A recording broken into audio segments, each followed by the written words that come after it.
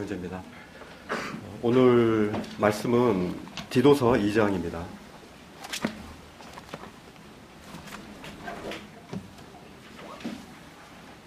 디도서 2장 11절부터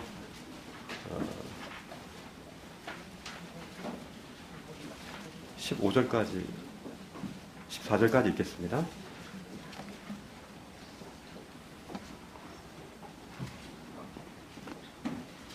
디도서 2장 11절입니다.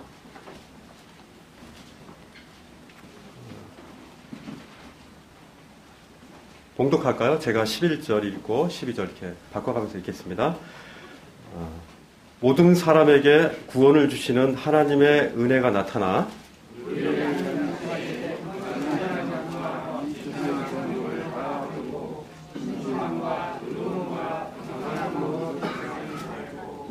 복스러운 소망과 우리의 크신 하나님 구주 예수 그리스도의 영광이 나타나심을 기다리게 하셨으니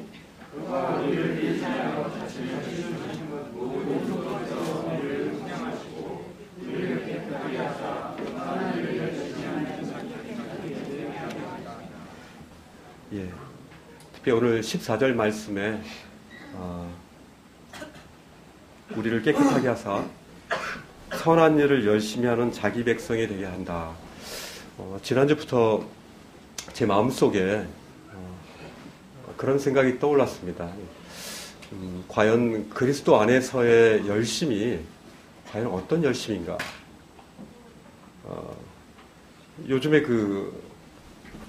지난주에 올림픽을 이렇게 보면서 그 올림픽을 예선전을 치르면서 그 선수들의 눈빛들을 봤습니다. 굉장히 열정적이었습니다.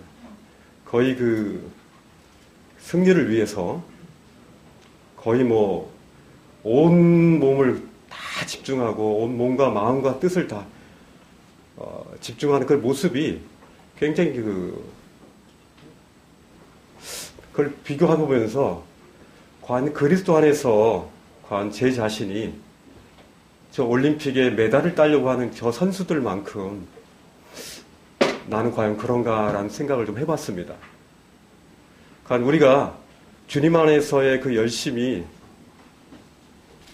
우리가 열심을 가진다는 것이 자칫 잘못하면은 하나님이 우리에게 주시는 그 은혜로 주신 것들에 대해서 우리가 주님 안에서 누릴 수 있는 그런 부분들에 대해서 자기 열심이 첨가되어져 가지고 오히려 하나님의 저희를 향한 그 열심이 분산되거나 아니면 왜곡될 수 있고 또 자기 열심으로 인하여 하나님의 일을 망칠 수 있다라는 그런 위험성이 있어서 과연 우리가 하나님을 향해서 하나님의 그 열심에 대해서 과연 우리가 어떤 마음으로 응답을 해야 되는가에 대해서 좀 생각을 하게 됐습니다.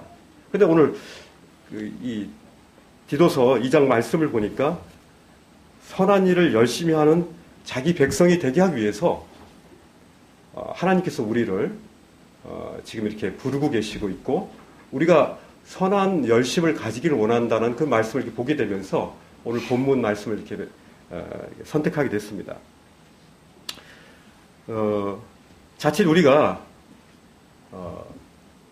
구원받고 나서 자아에 집중되어진 그런 열심을 참 많이 가집니다. 특별히 주님을 알게 되니까 모든 것들이 변하지 않습니까? 우리의 보이는 것들이 예전에는 자기 자신을 향해서 잘 먹고 잘 살고 명예와 그리고 자랑과 이런 모든 것들을 그것들이 우리의 목표였는데 이제 그리스도 안에서 주님이 우리 가운데 주인이 되시고 왕이 되시는 그래서 주님을 바라보면서 주님이 우리에게 말씀하시는 것들을 경청하고 그 경청한 것들에 대해서 우리가 순종하는 그리고 복종하는 이런 삶이 참 이게 놀라운 것이죠. 근데 하나님이 우리를 향한 그 열심이 있습니다. 하나님이 이 땅 가운데 우리를 남기게 하신 하나님의 열심 우리 가운데 있단 말입니다.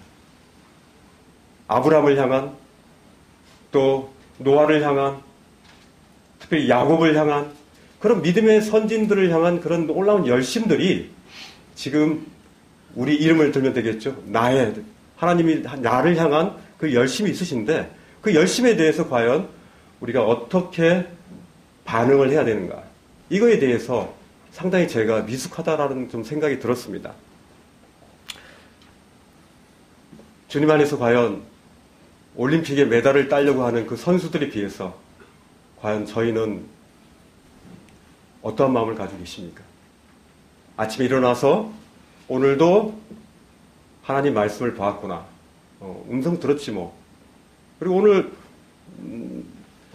또 일요일날 예배도 빠지지 않고 이렇게 예배당에 와서 거룩한 예배를 드리고 과연 이것이 과연 이런 삶이 과연 하나님의 우리를 향한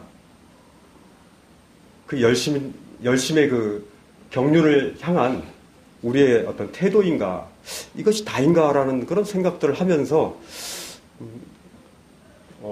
예전에 좀 비록 좀 미숙했지만 뭐 이리 튀고 저리 튀면서 이렇게 실수하면서 그때 이렇게 경험했던 그런 하나님을 요즘 경험하지 못하는 그런 모습들을 보게 되면서 다시 한번 이 열심에 대한 부분들에 대한 정의를 다시 해야 되겠다는 그런 생각을 했습니다.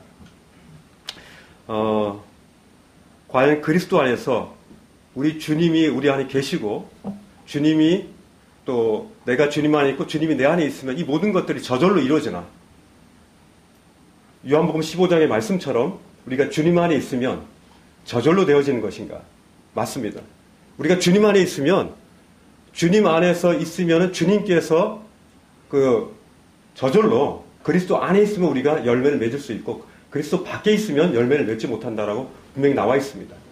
그렇지만 우리가 과연 우리 자녀를 볼 때도 마찬가지입니다. 우리 자녀가 어떤 일들을 할 때 그가 어떤 목표를 향해서 정말 열심을 가지고 하는 그런 자녀가 있고 그렇지 않고 이렇게 빈둥거리면서 그냥 때우는 그런 모습들이 있잖아요. 과연 우리가 우리의 삶의 모습이 과연 그런 때우는 그냥 주님이 우리 안에 있으니까 그리고 괜히 열정 부리다가 또 형제자매들 또 자아에 열심히 또 있다라고 또 그 소리 듣기 싫으니까 그냥 그럭저럭 이렇게 아주 요령껏 그렇게 믿음의 생활을 하는 모습들이 없지 않아 있다라는 생각이 저한테 있다라는 생각이 좀 했습니다. 주님께서는 요한계시록에서 라우디아 교회에게 이렇게 얘기했습니다. 내가 차든지 덥든지 이거를 원하셨지 미지근한 그런 신앙생활이 거의 이렇게 토하여 내치는 그런 삶이라는 것들을 이렇게 보게 됐습니다. 과연 길거리를 한번 보십시오. 제가 이렇게 자주 이렇게 도서관에 가끔 가다 보면은 또 우리 안양에 그 가장 그 번화가를 가다 보면은 항상 보이는 게 있습니다.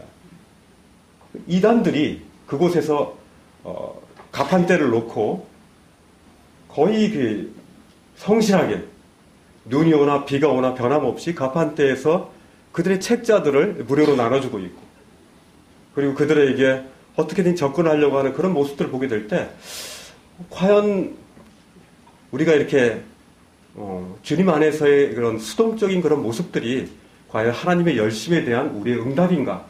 라는 그런 생각들을 이렇게 해보게 됐습니다. 이 열심의 반대는 뭘까요? 응? 어떻게? 게으름. 그렇죠. 게으름일 수 있습니다. 아주 이 열심의 이 반대말은 무관심이죠. 무관심. 관심이 없는 거죠. 그리고 그거에 대해서 무관심하니까 그에 대해서 마음을 들이지 못하니까 그냥 이렇게 그럭저럭 하는 겁니다. 그럭저럭. 그래서 하나님을 사랑하기 때문에 저는 이렇게 정의를 했습니다. 하나님을 사랑하기 때문에 하나님이 기뻐하신 일에 마음과 뜻과 힘을 다하는 것. 그래서 신명기 6장 5절 말씀이죠. 그죠? 너는 마음을 다하여 뜻을 다하여 그리고 힘을 다해서 내 하나님 여호와를 사랑을 하는 거죠. 우리가 하나님을 향한 이 사랑이 하나님이 우리를 향해서 먼저 사랑하시지 않습니까? 하나님 우리를 향한 그 사랑 때문에 그 사랑의 그 열심이 우리의 마음을 불태우셨죠. 결코 이제 사라지지 않는 이 죄악 덩어리들을 불태워버렸습니다. 그렇기 때문에 우리가 그 뜨거운 그 사랑 가운데 우리가 놓여 있게 되고, 지금도 주님의 사랑은 불타오르고 있습니다. 뜨겁습니까? 불타오르고 있어요. 하나님의 사랑이 만약에 죽으신 하나님이 아니라 하나님은 살아계신 부활하신 하나님 아닙니까? 따끈따끈하게 지금도 불타오르고 있는 것입니다. 어디에? 우리의 마음속에, 우리의 영혼 속에, 우리의 몸 안에 있는 우리의 영혼 속에 같이 따끈하기 때문에 우리의 몸도 따뜻하죠. 그죠? 물론 좀 제가 몸이 찬 편이긴 하지만은 어쨌든 이 주님의 이 놀라운 이 열심이 우리를 불사르게 된 겁니다. 그리고 우리를 뜨겁게 한 겁니다. 이렇게 하나님의 거룩한 열심이 우리를 향한 것들이 있기 때문에 과연 어떻게 우리가 이 하나님의 열심에 대해서 응답하는가가 참 중요한 생각이 듭니다. 사실 하나님의 이 열심에 대한 부분들은 그 아브라함을 보면 잘 알고 있습니다. 아브라함은 어떻습니까? 아브라함은 굉장히 소심하고 그리고 굉장히 그 겁이 많은 사람이었습니다. 그죠? 그 창세기에 보면은 그 12장이라든지 창세기 20장에 보면은 어떻습니까? 창세기 12장에 보면은 너희 본토 아비 친척 집을 떠나서 내가 내게 지시하는 땅으로 가라 그랬는데, 그러자마자 이제 기근이 있어서 아브라함이 어디로 갑니까? 애굽으로 가죠. 창세기 12장에 보면 그때 자신의 그 이쁜 마누라를 어떻게 합니까? 죄송합니다. 자신의 그 부인을 사라를 어떻게 합니까? 자신의 누이라고 이렇게 팔아먹습니다. 아주 나쁜 남편입니다. 자신의 그 아내를 통해서 그의 거짓말을 하는 겁니다. 하나님 앞에서 이렇게 거짓말을 해도 되는 겁니까? 근데 이 아브라함을 하나님은 믿음의 조상으로 이렇게 선택하셨습니다. 아브라함이 결코 그가 완벽한 자가 아닙니다. 근데 하나님을 믿는 그 믿음을 하나님이 그를 의로 여기셨기 때문에 그를 이제 하나님의 믿음에 합한 사람이라고 했고 믿음의 조상이라 이렇게 일컬어진 거죠. 20장에도 그랄 땅에 내려갔을 때 어떻게 했습니까? 그랄 왕 아비멜렉이 그의 아내를 동침하려고 그렇게까지 하면서 자신의 아내를 팔아먹습니다. 이 가장 세상에 못난 남편이 그거 아닙니까? 그거? 자신의 부인을 팔아먹는 이런 사람을 하나님은 믿음의 조상이라 이렇게 선택하신 것입니다. 근데 하나님께서 어쨌든 이 연약한 아브라함을 통해서 하나님의 다윗의 조상을 통해서 또한 이제 우리 주님을 이제 낳지 않습니까? 우리 주님께서 낳은 그 조상은 그렇게 완벽한 그런 조상이 아니라는 겁니다. 하나님이 우리를 향한 그 열심이 바로 하나님의 역사를 이루시는 겁니다. 바울도 어떻습니까? 바울도 예수님을 믿는 사람들을 박해하는 사람이었습니다. 그는 스데반의 순교 현장에서 옷을 지키는 자였는데 그가 하나님을 박해하는 자였습니다. 우리도 그렇지 않습니까? 근데 그를 이렇게 변화시키는 겁니다. 하나님의 이 열심은 결코 돌이킬 것 같지 않은 불가능한 그런 사람들의 마음을 바꿉니다. 그리고 나서 그들을 통해서 하나님의 역사를 이루시는 거죠. 그죠? 그걸 통해서 이후에 이제 사도 바울은 많은 고난을 받죠.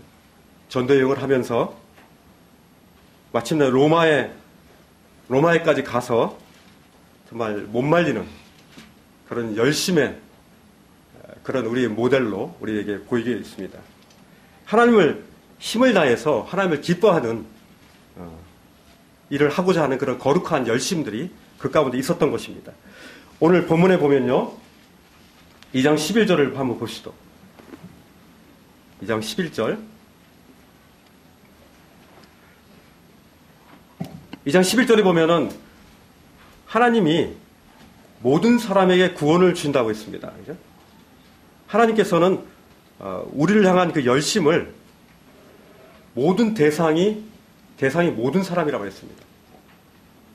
이 칼빈의 이제 이 결정론, 이미 결정되었다라는 예정론에 의하면 이 말씀이 좀 맞지가 않죠. 그죠? 그러나 하나님께서는 일단은 모든 사람을 구원하기를 원하시는 하나님의 열심이 있었다는 겁니다. 그리고 모든 사람에게 구원을 주시고요. 베드로서 1장 2절에도 보면은 하나님의 미리 아시고 또 택하신 자들이 누구인지는 구체적으로 나와 있지 않은 겁니다. 하나님의 열심은 이 세상 모든 인류, 그 누구도 구원받지 않기를 누구만 선택하는 그런 부분이 아니라 모든 사람에게 구원을 주시는 하나님의 마음이 있는 겁니다. 로마서 8장 29절 30절에도 하나님이 미리 아신 자들이 어떤 사람이 아니라 특정한 사람이 아니라 이 말씀을 보면 모든 사람이라고 했습니다. 모든 사람. 하나님이 모든 사람을 다 구원하기를 원하시는 거죠.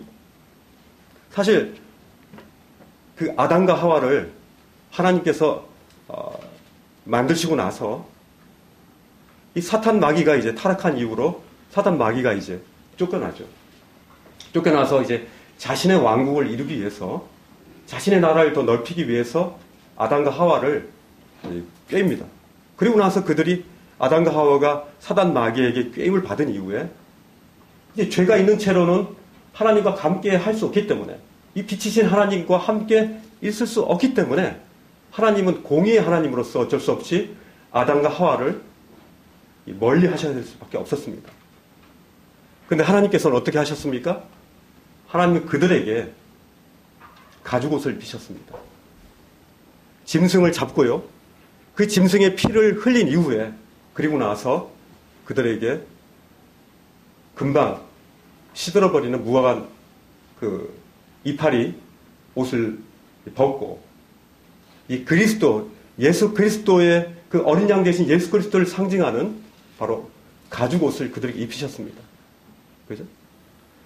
어떻게든지 하나님께서는 이 타락한 이 인간들을 향해서 한 명도 빠짐없이 다 하나님께로 다시 돌아오기를 원하는 하나님이 열심히 애쓰신 겁니다.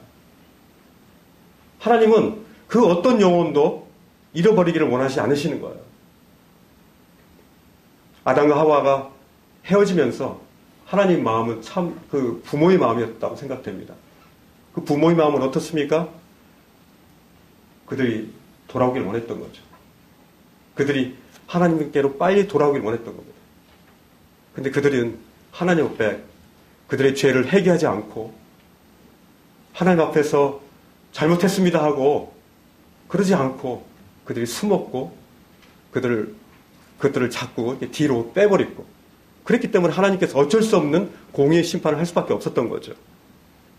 그 이후에도 계속적으로 하나님의 그 역사는 그 인간들이 계속적으로 하나님께로 돌아오길 원했기 때문에 믿음의 조상 아브라함을 선택했고요.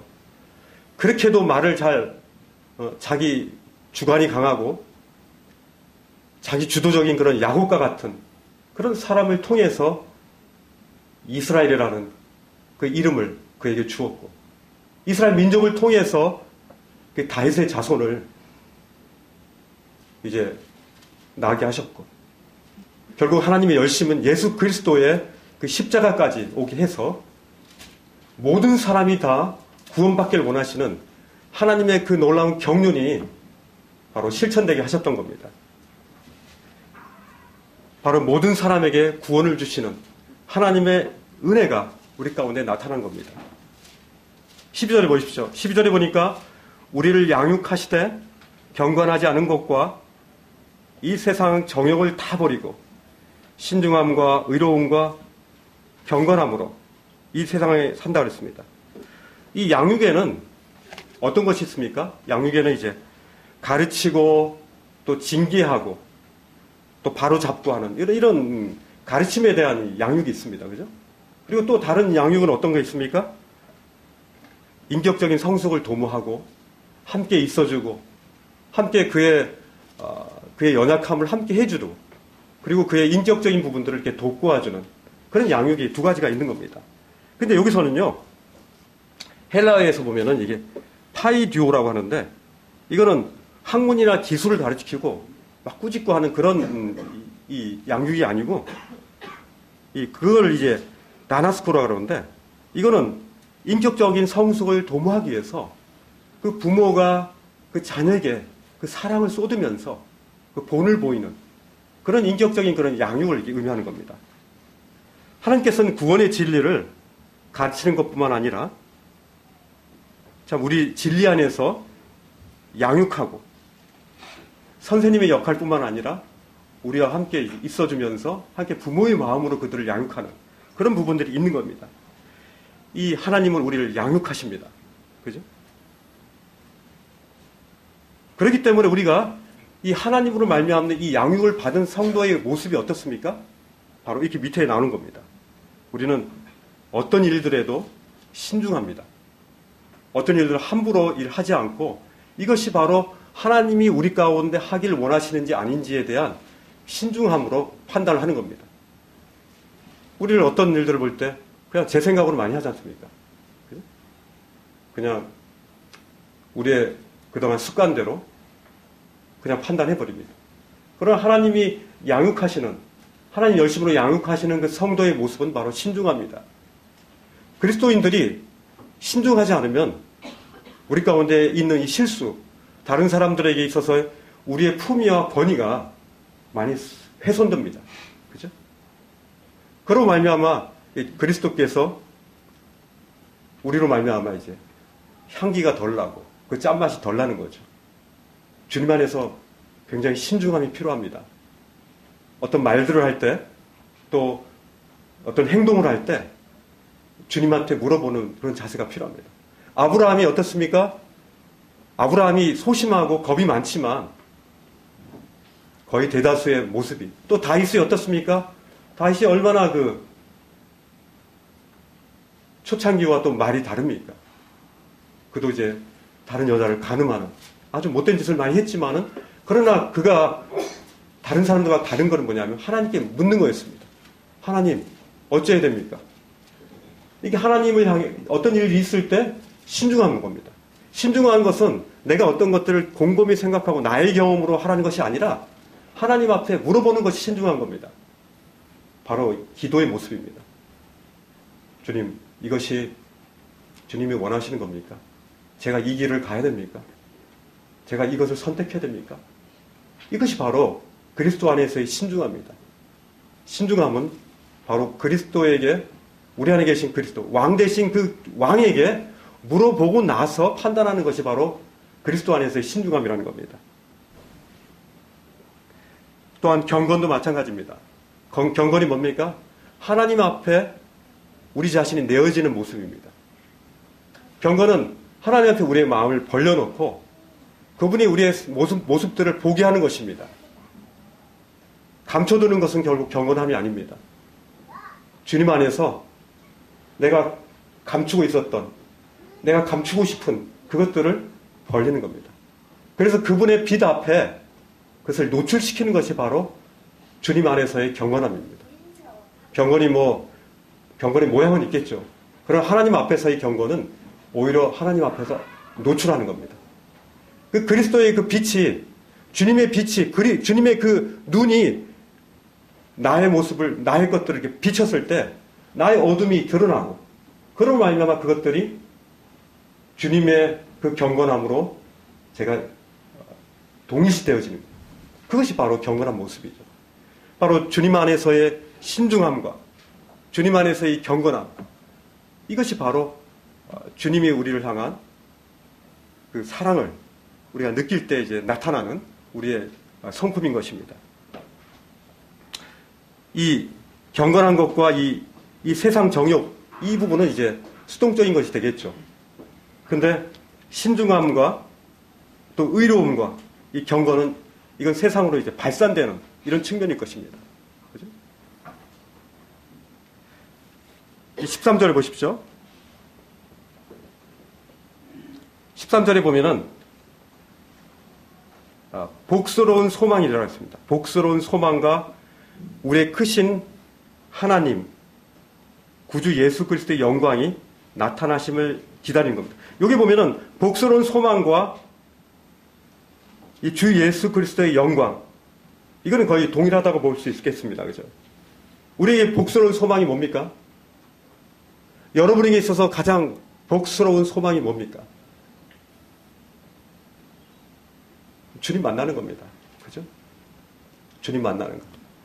지금은 이제 거울을 보는 것처럼 주님을 이제 느낄 수는 있겠죠. 근데 정말 얼굴과 얼굴을 맞대는 주님이 다시 오셔서 우리가 정말 휴거되어서 공중에서 주님을 만날 때 먼저 죽은 자도 일어나고 살아남은 자도 산채로 주님과 함께 만나는 이 복스러운 소망, 이 하나님의 영광이 우리가 만나게 될 때, 이건 우리에게 있어서 엄청난 복스러운 소망입니다.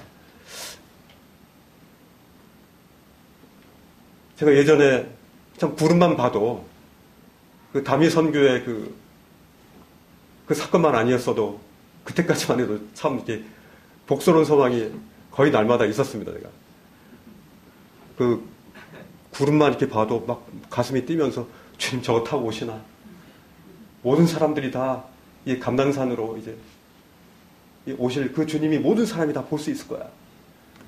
기다렸습니다. 정말 간절하게 기다렸어요. 특별히 몸이 힘들고 일들이 잘 안 풀리고 그럴 때 오히려 더 주님을 더 기다리게 됩니다. 내가 약할 때, 연약할 때 좀 약간 수동적이긴 하지만은 주님의 오심에 대한 그 소망이 정말 뜨거웠습니다. 그거로 인해서 우리가 기도할 때 참 많이 뜨거웠습니다. 그러지 않았습니까? 그런데 이제 우리의 소망이 눈에 보이는 것들이 너무나 좋은 것이 많습니다.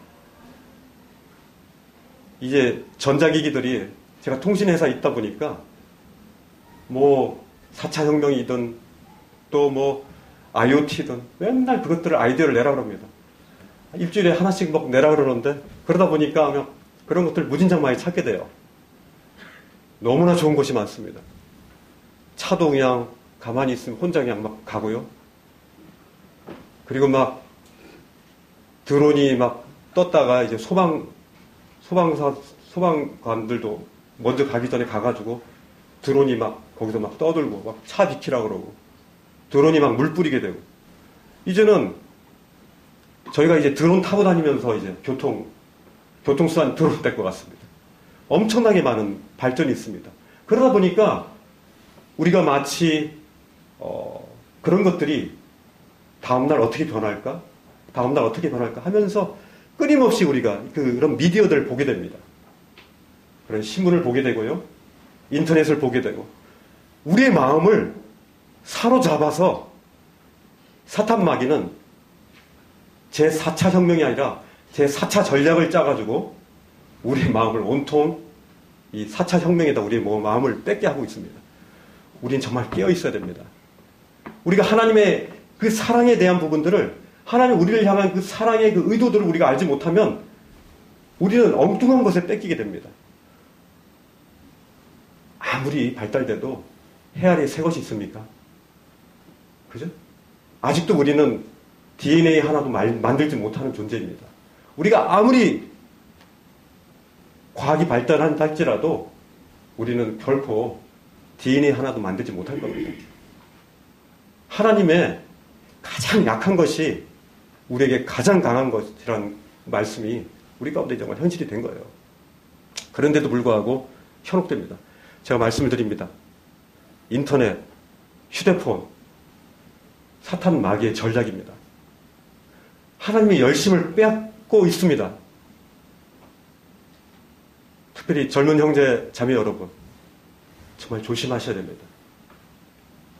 만약에 내가 어떤 것들에 대해서 일정 시간 이상을 보고 있으면 삑삑삑삑삑 뭐가 이렇게 알람을 쫓추던가 하셔야 돼요. 절제가 안 됩니다. 그렇지 않습니까? 심지어 제가 알고 있는 한 형제는 예전에 그 게임 그 매니아였는데, 이 영적으로 이게 하나님의 그 사랑이 식어지면은 어떤 현상이 생기냐면은 밤새 게임을 하는 거예요. 그리고 와가지고 주일학교 교사를 합니다. 그러니까 어떻습니까? 아이들 앞에서 조는 거예요. 졸고. 지금 조는 분 한 분도 없는데, 조는 거 보면은, 약간, 조는 분 보면은, 분명히 전날에 뭔가를 했어. 가장 큰 것이 미디어입니다, 미디어. 하나님의 열심에 대한 부분들이 빼앗는 거죠. 하나님 사랑에 대해서 우리가 무감각하게 하는 거죠. 정말 조심해야 됩니다. 사탄 마귀가 에덴 동산에서 아담과 하와를 꿰었던 그 방식 그대로입니다. 좋아 보입니다. 탐스럽기도 하고 먹음직스럽기도 하고 그걸 하면은 왠지 행복할 것 같은 생각이 들지만 해보면 어떻습니까? 하나님의 성령께서 그 마음에 기쁨이 없습니다. 그래서 마음이 식어집니다. 하나님의 열심이 식어지는 거죠. 영적인 일들을 생각 못하게 합니다. 우리 안에 계신 그리스도가 왕이라는 사실들을 잊게 합니다. 그리스도의 그 음성을 듣지 않게 합니다. 하나님의 말씀을 멀리하게 됩니다. 어떻게 됩니까? 우리는 어느덧 바리새인이 되는 거죠. 종교적인 그런 모습만 가지고 있지만 실제적으로 자기는 그렇게 하고 있지 않아. 정말 조심하셔야 됩니다. 이 14절에 보십시오. 14절 보십시오. 14절 보니까 그가 우리를 대신하여 자신을 주심은 모든 불법에서 우리를 속량하시고 우리를 깨끗하게 하사 선한 일을 열심히 하는 자기 백성이 되게 하려 하십니다. 우리 주님께서 우리를 대신해서 자신을 주셨습니다. 우리 주님은 어떤 강압에 의해서 십자가를 지시지 않으셨습니다. 우리 주님은 자발적으로 십자가를 지셨습니다. 마태복음 4장 9절에 나와 있고요. 에베소서 4장 8절에 그 말씀이 나와 있습니다. 이 출애굽 당시에 그 애굽에서 마지막 10번째 재앙이 뭐였습니까? 장자들을 다 죽이겠다고 하나님 말씀하셨습니다. 그래야 그 완악한 바로의 마음이 바뀔 수 있다라고 하나님께서 그렇게 결정하시고 결국 10번째 재앙을 내리십니다. 근데 장자의 죽음에서 살아남은 이 위해서는 어떻게 해야 됩니까? 희생 제물 되죠. 어린 양, 순양, 점없고 흠없는 그 순양을 죽여야 되는 겁니다. 바로 우리의 정체성이 어디에 있습니까? 바로 어린 양 대신 예수 그리스도의 피에 있습니다. 거기에서 우리의 정체성이 거기서 나오는 겁니다. 우리가 어떤 좋은 직장, 좋은 가정, 우리가 가진 어떤 재물, 우리 학벌, 여기에 우리의 정체성이 있는 것이 아닙니다. 어린 양 대신 예수 그리스도의 피, 그 피로 우리의 삶이 완전히 변화된 것입니다. 어둠에서 빛으로, 그죠? 사망에서 생명으로 이제 완전히 옮겨진 것이 바로 우리의 정체성인 겁니다. 그런데 다시금 예전의 그런 습관화된 그런 모습 속에 이 세상에 그런 땅에서 거기서 지지고 볶으면 안 되는 거예요. 거기서 지지고 볶아봤자 저희 찌질해지기만 합니다. 우리 굉장히 불쌍한 게 이 영적인 찌질함입니다. 찌질함. 이것도 아니고 저것도 아니고 그냥 그리스도 안에서 정말 주님 앞에 정말 담대한 그런 삶도 아니고 그냥 숨기고 사는 거예요. 그냥. 주님 안에서 그냥 간신히 살아가는 굉장히 답답한 겁니다. 주님 안에서 우리는 일어나야 됩니다. 그리스도의 그 피가 우리를 완전히 바꾸게 했다는 사실, 어린 양 그리스도의 그 피로 의지해서 십자가를 바라보고 우리가 어떤 존재인가를 우리가 봐야 됩니다. 부활하신 그리스도가 우리 안에 계시기 때문에 살아계신 그 그리스도가 우리 안에서 어떤 마음을 우리 가운데 주시는지 우린 귀를 기울여야 되는 거죠.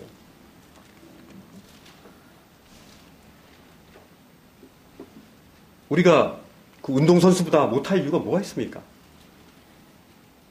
금메달을 따려고 하는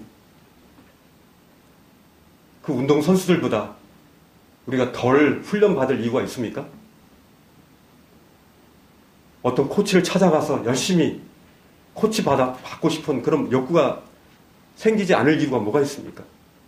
우리가 공산당들이 생각하는 그 공산당, 그 변조되어지고 그 왜곡되어진 그 휴머니즘적인 그 공산당의 그 이론에 심취한 사람보다도 우리가 못할 이유가 뭐가 있습니까? 우리가 다른 이단에 빠진 그런 사람들, 왜곡되어진 그런 지식에 탐닉해가지고 자기 행위로 구원받는다고 하기 때문에 그들은 열심히 대단합니다. 그러나 우리는 자기 행위가 아니라 그리스도의 피로 말미암아 우리 안에 절로 주어진 그 선물 아닙니까? 은혜 가운데 산다는 것이 과연 무기력하게 사는 것이라고 생각하면 이게 착각이죠. 오히려 주님 안에서의 이 놀라운 자유함과 이 해방, 이 주님 안에서의 은혜, 그리스도 안에서의 그 주님으로 말미암은 그 놀라운 사랑에 감동하는 삶이 더 힘 있는 거 아닙니까? 감동하면서 사는 것이 가장 힘 있는 거예요. 나를 이렇게 사랑해 주다니. 여러분이 평생에 가장 뜨거웠을 때가 언제입니까? 사랑받을 때 아니었습니까? 주님이 그렇게 우리를 사랑하고 계셔요. 또 여러분들이 사랑할 때 아닙니까? 사랑받고 사랑할 때 그 얼마나 놀라운 감동이 있습니까? 성령의 감동이 바로 그런 것입니다. 주님의 사랑에 내 마음을 다해서 뜻을 다해 마음을 다하고 힘을 다하고 정성을 다해서 하나님에게 응답하는 것. 그것이 바로 열심입니다. 어떤 일을 막 열심히 하는 것이 아니라 하나님이 그 열심에 내가 응답하는 그 열심, 그 태도, 그것이 바로 성경에서 말씀하는 열심 아닙니까?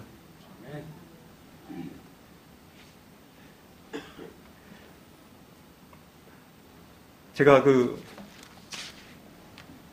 예전에 봤던 영화 중에 바람과 함께 사라지다라는 그 영화를 참 봤습니다. 참 제가 너무 이렇게 인상 깊게 봤던 게 그 마지막에 끝나는 장면이 아주 기가 막힙니다. 그 끝나는 장면에 그 스칼렛 오하라라는 그 여자가 아주 모진 삶을 살죠. 그 여자를 볼 때 전 야곱 같다는 생각이 들었어요. 엄청나게 이기적입니다. 다른 사람들을 어떻게든 상관없어요. 자기만 잘 나가면 돼. 이 스칼렛 오하라가 마지막에 또 사랑하는 사람을 잃고 막 빼앗기고 죽고 막 이러면서 그 마지막에 한 말이 이 말입니다. 그래, 내일은 또다시 새로운 태양이 뜰 것이다. 내일 또다시 새로운 태양이 뜬다. 지금까지 좀 삶이 참 어렵고 참 우울하고 참 왠지 하나님과의 이 관계가 좀 좋지 않고 좀 나에게 이렇게 얹혀있는 짐들이 이렇게 많고 이러할지라도 이 태양이 뜬다는 겁니다. 전 그 태양을 보면서 말라기 4장 2절에 보면은 그런 말씀이 있습니다. 의로운 태양이 떠오른다. 의로운 태양. 의로운 태양은 누굽니까? 바로 그리스도 아닙니까? 그리스도께서 내일도 의로운 태양으로 떠오르신다는 거예요. 그 의로운 태양의 빛을 받고 우리는 다시금 첫사랑을 회복할 수 있는 겁니다. 다시 시작할 수 있는 거예요. 다시 경기를 뛰기 위해서 스타트 라인에 우리는 딱 허리를 기울여서 뛰는 자세를 취하는 겁니다. 여러분 준비되셨습니까?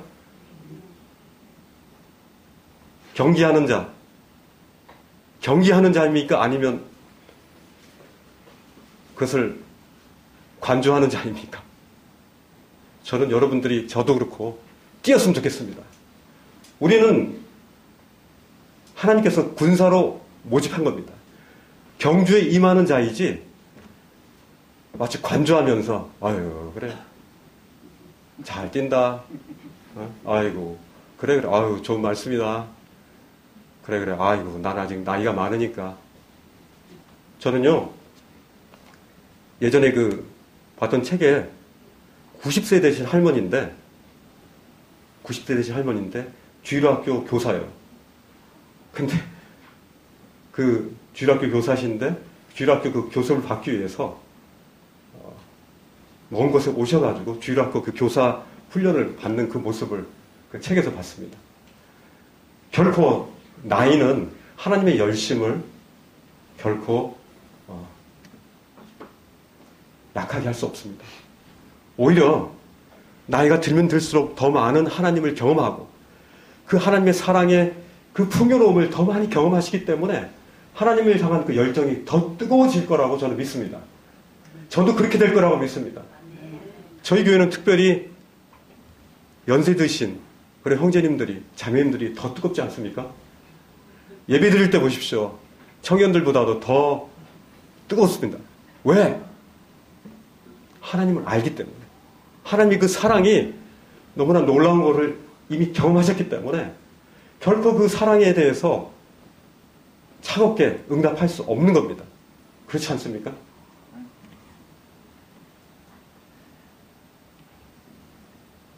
이 새롭게 떠오르는 의로운 태양으로 떠오르시는 그 주님. 내일도 새로운 태양이 떠오를 것입니다. 그때 하나님의 그 빛을 받으십시오. 그리고 내가 어떤 존재라는 것들을 나의 정체성을 보십시오. 예수 그리스도께서 나를 어떻게까지 사랑하셨는가 그 사랑을 한번 마음껏 노출시켜 보십시오. 감동할 겁니다.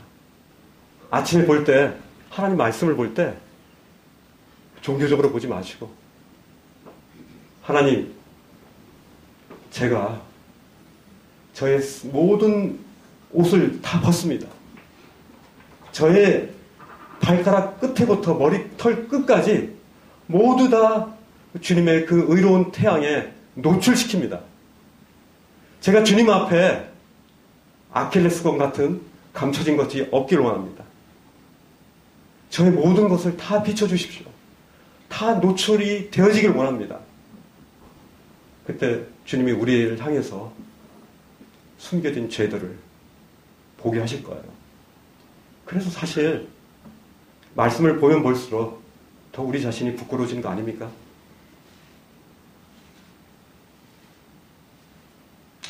주님 앞에서 사실 저희가 어떤 열심을 주님 앞에 내겠습니까? 다만 저희는 하나님이 저희를 향한 그 사랑, 그에 응답할 뿐이죠. 우리는 결코 차가울 수 없는 존재입니다.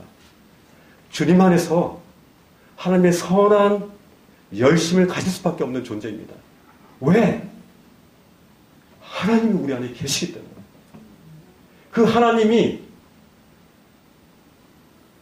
우리를 향한 그 놀라운 사랑이 십자가까지 하신 하나님이시기 때문에 자기 아들을 주기까지 우리를 사랑하신 하나님이기 때문에 지금도 여전히 우리를 하나님의 자녀로 삼으시고 그 자녀가 하나님과 응답하기를 원하시는 하나님이기 때문에